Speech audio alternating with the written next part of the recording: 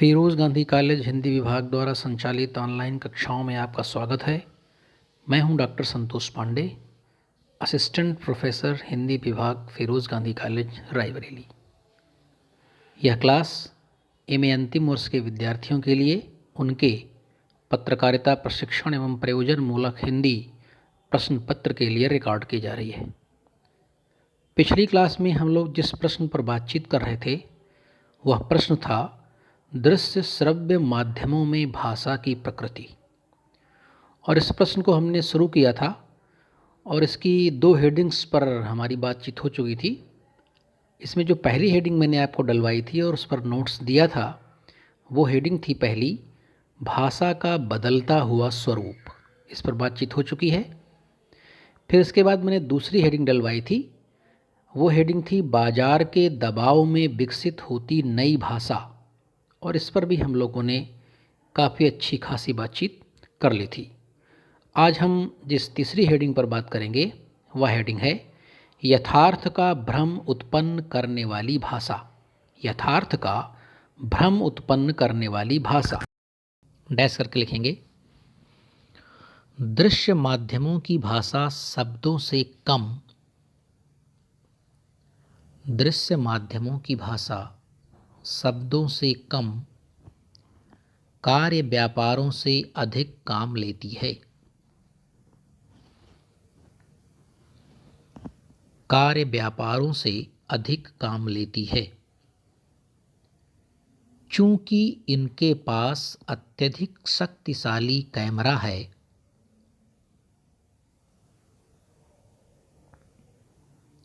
चूंकि इनके पास अत्यधिक शक्तिशाली कैमरा है जिसके द्वारा यह व्यक्ति के सूक्ष्म से सूक्ष्म भावों को भी रेखांकित कर सकती है।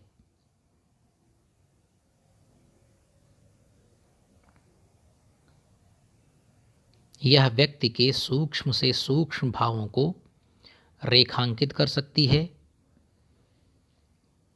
उसे कैद कर सकती है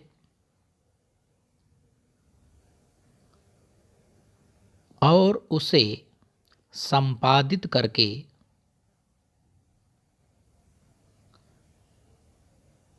अत्यंत व्यवस्थित एवं बेहतर तरीके से प्रसारित कर सकती है।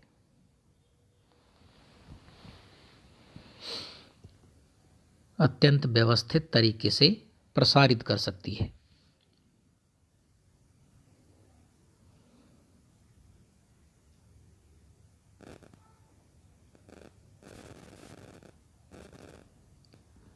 इसके साथ यह भी ध्यान रखा जाना चाहिए, इसके साथ यह भी ध्यान रखा जाना चाहिए कि ये माध्यम यथार्थ को पुनर्जीवित बहुत कम करते हैं। कि ये माध्यम यथार्थ को पुनर्जीवित बहुत कम करते हैं, बल्कि यथार्थ का भ्रम अधिक उत्पन्न करते हैं।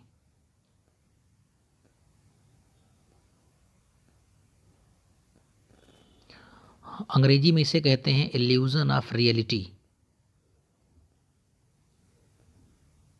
तो इल्यूजन ऑफ रियलिटी के द्वारा ये अपनी भाषा को एक अलग दुनिया में लेके चले जाते हैं।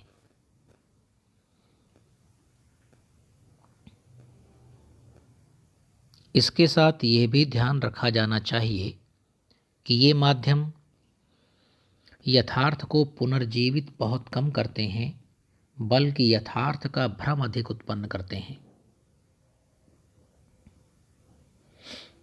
यथार्थ के भ्रम द्वारा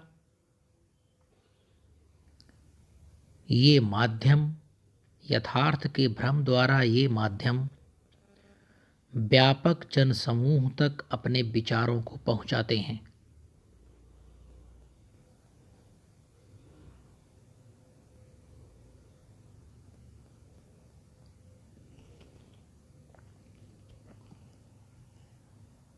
यथार्थ के भ्रम द्वारा ये माध्यम व्यापक जनसमूह तक अपने विचारों को पहुंचाते हैं।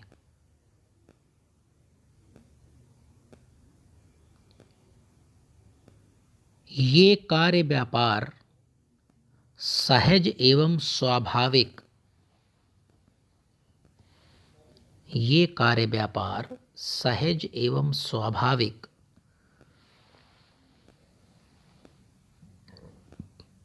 बहुत कम होते हैं, लेकिन प्रायोजित बहुत अधिक। सहज और स्वाभाविक बहुत कम होते हैं और प्रायोजित बहुत अधिक।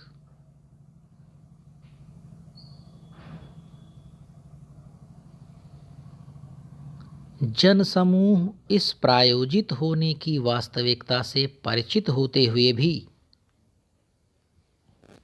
जनसमूह इस प्रायोजित होने की वास्तविकता से परिचित होते हुए भी इसके यथार्थ के भ्रमजाल में फंस जाता है। जनसमूह इस प्रायोजित होने की वास्तविकता से परिचित होते हुए भी इसके यथार्थ के भ्रमजाल में फंस जाता है, और यही इन माध्यमों की शक्ति और सफलता है, और यही इन माध्यमों की शक्ति और सफलता है।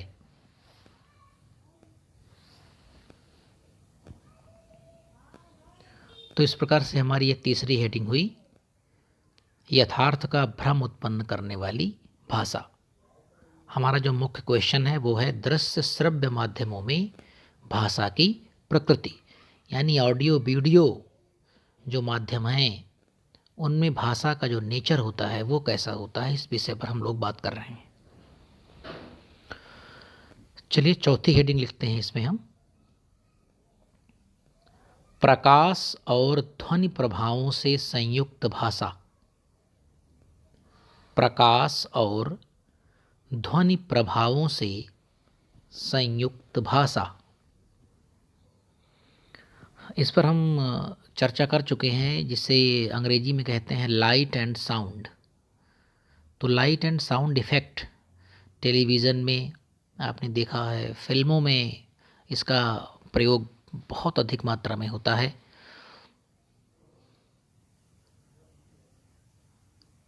किस प्रकार से होता है ये हम देखेंगे, यहाँ पर हेडिंग डालेंगे, प्रकाश और ध्वनि प्रभावों से संयुक्त भाषा।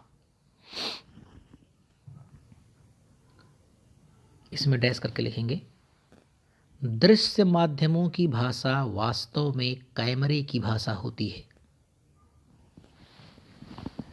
दृश्य माध्यमों की भाषा वास्तव में कैमरे की भाषा होती है।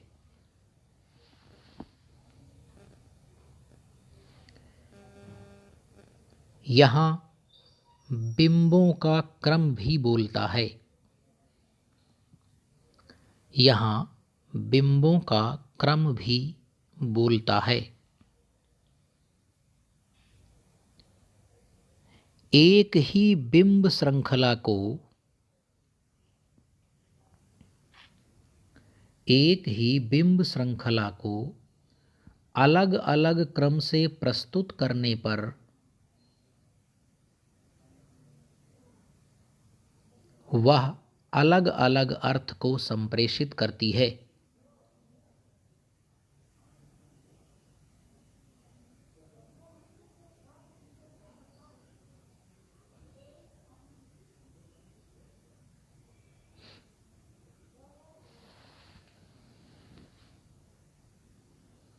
अलग अलग क्रम से प्रस्तुत करने पर वह अलग अलग अर्थ को संप्रेषित करती है,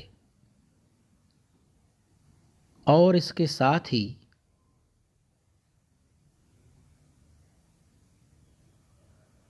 प्रकाश और ध्वनि के प्रभाव का प्रयोग करने की, और इसके साथ ही प्रकाश और ध्वनि के प्रभाव का प्रयोग करने की अतिरिक्त सुविधा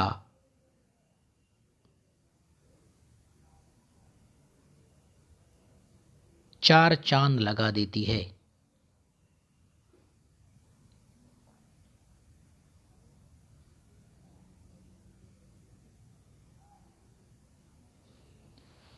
ध्वनि प्रभाव तो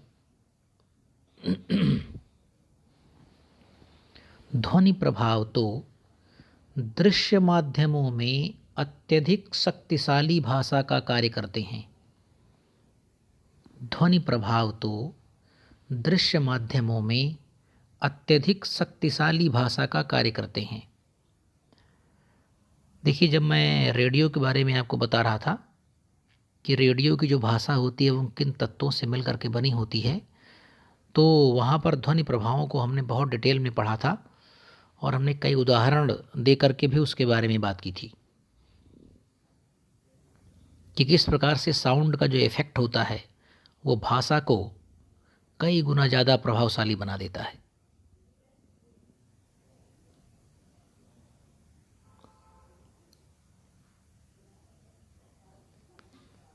ध्वनि प्रभाव तो दृश्य माध्यमों में अत्यधिक शक्तिशाली भाषा का कार्य करते हैं।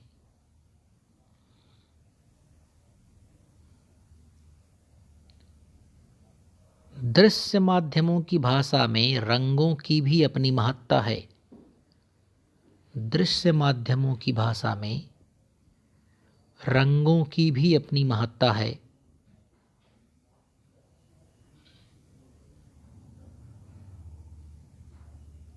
यहाँ भाषा कम, रंग अधिक बोलते हैं। यहाँ भाषा कम, रंग अधिक बोलते हैं।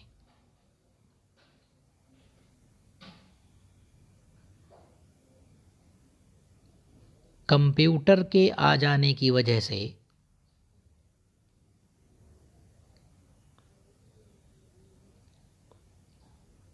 एक एक रंग के हजारों शेड्स निर्मित कर दिए गए हैं। एक एक रंग के हजारों शेड निर्मित कर दिए गए हैं।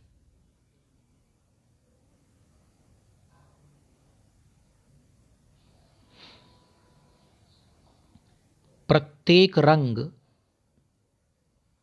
विभिन्न संदर्भों में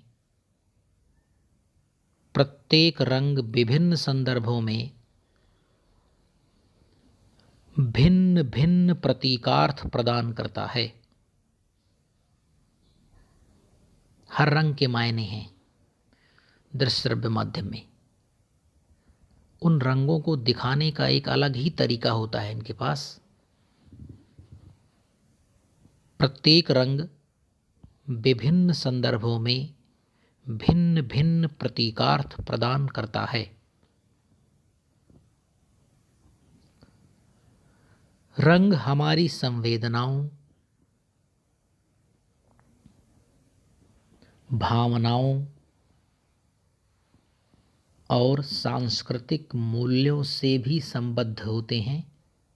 रंग हमारी संवेदनाओं, भावनाओं और सांस्कृतिक मूल्यों से भी संबद्ध होते हैं।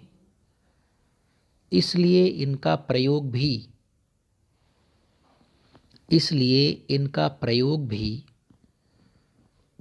दृश्य माध्यमों में सशक्त भाषा के रूप में होता है।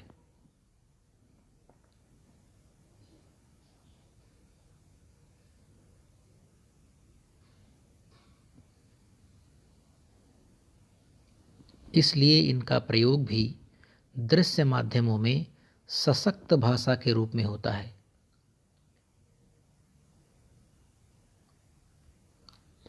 आपने जो हेडिंग डाली है प्रकाश और ध्वनि प्रभावों से संयुक्त भाषा, इसमें एक शब्द और बढ़ाएंगे।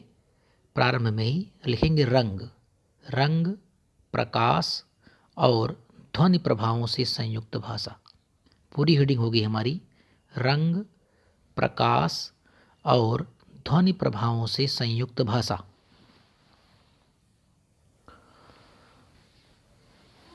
एक लाइन छोड़ करके लिखेंगे। निष्कर्ष रूप में यह कहा जा सकता है कि दृश्य श्रव्य माध्यम संचार का सबसे सशक्त माध्यम है। दृश्य श्रव्य माध्यम संचार का सर्वाधिक सशक्त माध्यम है।